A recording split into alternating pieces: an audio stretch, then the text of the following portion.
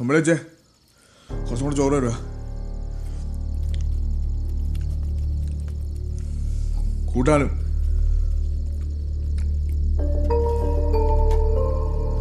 കുറച്ച് ദിവസം ഭയങ്കര വിശപ്പാ. സോമേഷിന് അരി ബാക്കിയല്ലേ, അതും കൂടെ ഞാൻ കഴിക്കണായിരിക്കും.